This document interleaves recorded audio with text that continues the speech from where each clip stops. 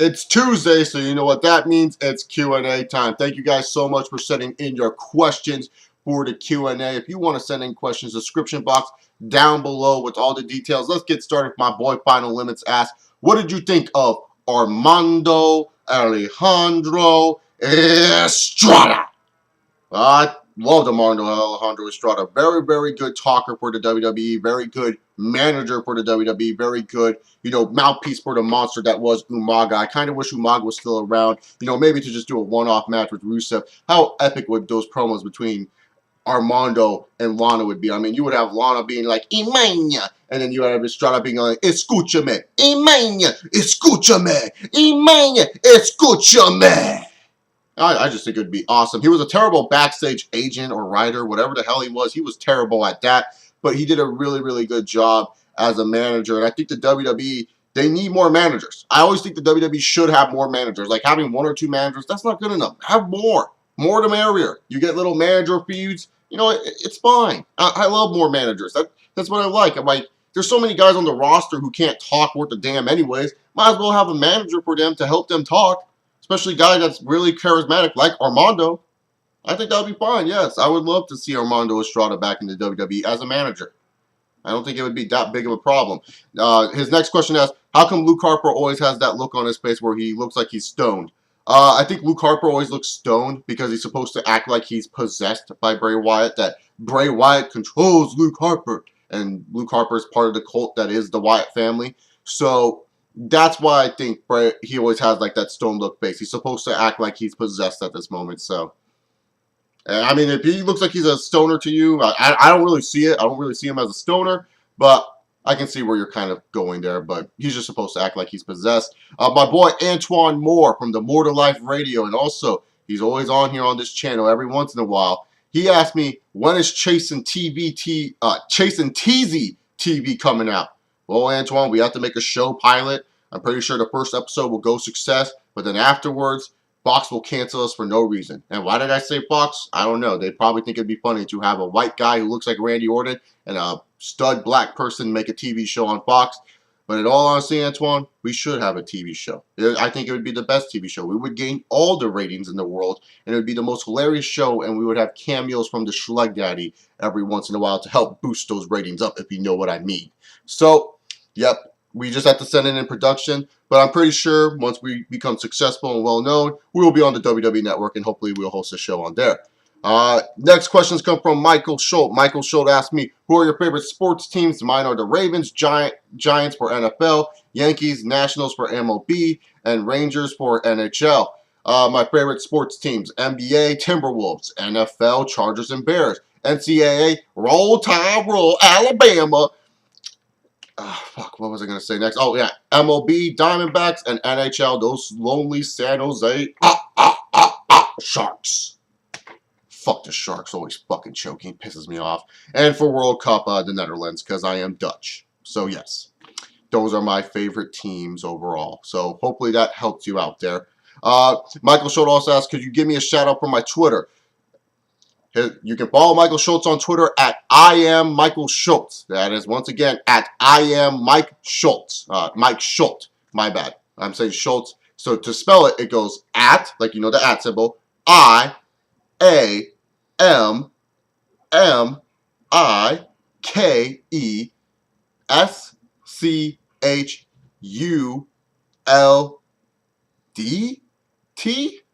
My sign language is shaky, but I hope you guys spelled it out there. So go follow my boy Michael Schultz on Twitter.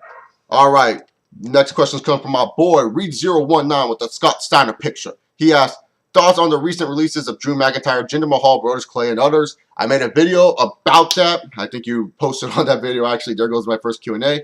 But I will go a little bit more how I'm disappointed that Drew McIntyre is gone from the company. I kind of wish they did more with Drew McIntyre. It's just such a sad fate. I mean, this guy was supposed to be the chosen one. But he ended up being nothing. And it's just sad that the WWE never tried to find a way to rebuild his career and re-help him out a little bit more. So in all honesty here, I really felt that they just dropped the ball on a lot of the guys there, mainly Drew McIntyre, Brodus Clay, and Evan Airborne. So those are the people I feel like they dropped the ball on. And number 2, what did you think what will happen with Heath Slater now that his 3MB stablemates are gone? What will happen to Heath Slater? You know, it all depends on what the WWE wants to do with him. I mean, you could always go the Clem Layfield route. I love the Clem Layfield character that he's playing on the JBL and Cole show. I find it absolutely hilarious. They could always just have him be the one-man set of rock band again. But at the same time, I don't know how much mileage that has. You can try to do Legend Killer 2.0. That would be pretty damn funny. I don't know. You have a bunch of different possibilities for Heath Slater. One thing I will say about Heath Slater, I know a lot of people don't really like him, but he is an entertainer, and he knows how to entertain the people. So there is always a good role for someone like a Heath Slater on your Raw and SmackDown just for comedy relief purposes, and that's all that really is said. Savvy Yes Man asks, when and where did you take that pic with Rey Mysterio that is in your thumbnail? I took that pic with Rey Mysterio in Los Angeles, California for SummerSlam Fan Access of 2011.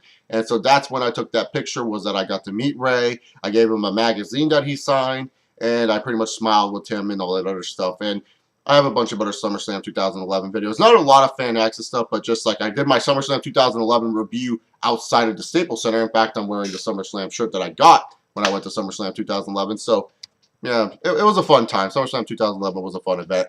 John Juicy asked, and if I can get the question up, which women's division do you think is worse, the Divas or the Knockouts? Well, if you didn't watch my Raw review, I'm not going to say the Divas division because my favorite Diva is on, the Divas division. If you watch my Raw review, you'll understand why. Because that Divas division cannot be terrible if Paige is in there. Okay? But when it comes down to it, the Knockouts is far worse in the Divas division. And it's not even with the jokey matter that Paige is my favorite wrestler, and I think the Divas division is fine. At least with the Divas division, the WWE, they have a lot more wrestlers and a lot more characters that they could use if the WWE ever decided to utilize them. Who do the Knockouts have? Madison Rayne, Angelina Love, Velvet Sky, Gail Kim, and the list can go on and on of all these irrelevant divas or women wrestlers that really, if you look at it, are past their prime. A lot of them are probably past their prime, most likely. It's just that none of these knockouts are interesting. They just aren't. I'm not interested by Brittany, minus the fact that she's making out with Madison Rayne, but other than that, I'm not interested in her. I don't feel like there's a lot of variety in the knockouts division. Like I said, if the WWE actually utilize their divas a lot more, there is much more different characters that they can have. The knockouts division, it's like 6 or 7 deep. At least the divas division, you could say probably 11 to 12 deep. And then not even factoring in some of the NXT chicks like Sasha Banks and, Charlotte Flair. There's a lot more in the divas division for WWE than there is in the knockouts division for, TNA as a whole. So I say the divas division is far better than the knockouts division. The knockouts division is garbage. Gochi Man asked the question, do you think the Miami Heat performed poorly in the NBA Finals? When you lose in Game 5, yeah, they performed poorly. The Miami Heat just didn't have enough to beat the San Antonio Spurs. I think you were also the one that asked me, do I think the Heat will win in the 3P? I can't remember if you did, but I said that the Spurs would probably win the series in 6 because they're a much more deeper team, and that just proved the point. The Spurs were a much more deeper team. The Heat did not have anyone else on their bench to help score. I'm sorry, dude. If you're relying on Norris Cole out of all motherfuckers in the world to be your main scorer off the bench, I know a lot of people go, well, they had Ray Allen, Chase. Ray Allen, all he is a three-point threat. That's it. Ray Allen's not someone that's multi-versatile anymore. This is not Ray Allen. If this was Ray Allen in 2008, okay, I'll give you that. But this is Ray Allen in 2014. Ray Allen is just a three-point threat at this point in his career. All he does is shoot three-point shots. Norris Cole, when you look at it for the Heat, he's their all-purpose guy off the bench. That's not good. That is not good. A guy like Norris Cole being your all-purpose guy off the bench is not good. Because Chris Anderson, all he's good for is rebounds, tip backs, and catching the ball from Norris Cole and hopefully getting a nice dunk. Chris Anderson cannot do anything else in his game. All he does is stand in the paint. When you have Norris Cole being the main guy off the bench and the Spurs have all these motherfuckers like Patty Mills, Ginobili, freaking Boris Diaw. The list can go on and on from all the Spurs. I can name Marco Bellinelli. When you have all that talent on the bench that can do the same exact thing as Norris Cole, and some of them are better players than Norris Cole, that's when you know your team is in trouble. And yes, the Heat did perform poorly in the NBA Finals. They were Garbage. The only time they looked good was game 2, and they barely won that game. If it wasn't for Tim Duncan and Tony Parker missing 4 straight free throws, this could have been a sweep. We could have seen the Spurs win in 4. And I know that sounds like, oh, you can't really say that, Chase. I can. It's true. It could have been a sweep for the San Antonio Spurs. So in all honesty, yes, the Heat did perform poorly. No bench, relying too much on LeBron, and expecting LeBron James to take over. We all know LeBron James can't take over. We all know that. If LeBron James took over, it just doesn't end up well for the Heat. Because LeBron James, the way he works is he needs players around him to help score baskets so that way he can take over. And not to mention the fact Dwayne Wade did not show up and Chris Bosh was only good for 1 game. So, hey, you know what? Yes, the Heat did perform poorly. God, I cannot speak today. In your opinion, what were some of the biggest fuck-ups in the WWE and the PG era? Summer of Punk is very big fuck-up here. CM Punk, you have Punk, cut this pipe bomb promo that is reaching the airwaves of, like, the ESPNs and the NFL Network and, all over the place. People are talking about CM Punk, interested in what this guy's going to do. He wins he wins the title at Money in the Bank, and you have this great storyline where you could have it where, CM Punk actually left the company, but he's still the WWE champion. And instead of doing a storyline where, you had this fake champion, like in a John Cena or in a Rey Mysterio, whoever you chose, most likely it would have been John Cena. Instead of having this great storyline of how John Cena is this fake WWE champion, the real champion, CM Punk, he's wrestling all over the world. And instead of having it, WWE having the mindset of saying, oh, let's ask New Japan Pro Wrestling to book Punk for these shows or ask Ring of Honor for this. Instead of doing that, they just decided to just bring CM Punk in like 7 days back, and we're supposed to be happy because they needed a big SummerSlam match. I bet you if CM Punk, if he did the storyline in like 2014 and today, it would have worked out because they have enough talent to, replace what he's going to be missing on TV. But back in 2011, they just didn't have enough talent to replace how hot CM Punk was at the time. That was just the bottom line. I mean, because like back in 2011, look at that roster. It was just John Cena and then who else?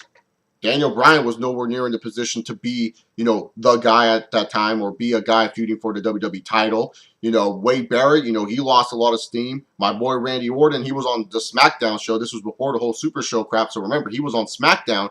Christian, he was on SmackDown. And Christian was passable as a main eventer at that. Mark Henry was doing the Hall of Pain stuff. But once again, another guy on SmackDown. When you look at the Raw brand was in trouble because all it had was just John Cena. They didn't have enough trust in Rey Mysterio to be a champion for a little bit, even headline a match with John Cena, for fuck's sakes, at SummerSlam. They didn't have enough trust in Kane to do anything or the Big Show. They just didn't have trust in any of these guys. So that's why I think Summer of Punk is one of the biggest fuck-ups, is because, if they actually had the talent roster, this could have been one of the hottest storylines, and you could have made CM Punk into a star. And not only that, I think you could have added more interest in wrestling in America, because then you hear about, how John Cena is this fake champion holding this fake title belt, and the real champion, he's all over the world defending the belt. So I think they fucked up big time on that whole CM Punk angle. And then when it comes down to another fuck up, I think it's Ryback. Ryback is a huge fuck up to me when it comes down to it, because, Ryback, he was hot. I don't care what anyone says about Ryback's in-ring ability or whatever. He was hot. Everyone loved Feed Me More. Feed Me More was a great chant for the WWE. And then not only, in the way he connected with the audience, like people just knew when he was about to do this, the meat hook clothesline, people were chanting Feed Me More.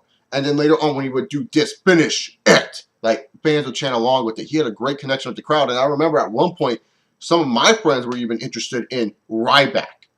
I mean, they were like, hey, Chase, who's this Ryback guy that I keep hearing about for WWE? I'm like, you actually know who the fuck Ryback is? So Ryback was an interesting guy. And not only that, when you look at it character-wise, he's actually a character. He's not like Kofi Kingston or freaking Evan Bourne or Heath Slater. He's a character. His name is fucking Ryback. That's a character, folks. It's not a real-life name. It's not just two names put together. It's not John Doe or Jane Smith. It's a fucking gimmick. And they ruined it. They ruined him to no end. I always say this, at WrestleMania 29, if you wanted to show that you were ready to make a new star, Fuck Alberto Del Rio and Jack Swagger for the World Heavyweight Championship. They should have had Big Show. They should have had Ryback in the World Heavyweight title match. I know a lot of IWC fans wouldn't have liked it. Said, oh, that's the worst match ever.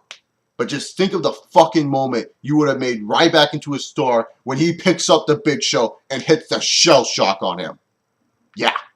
Ryback was a big star wasted and just ultimately fed to John Cena.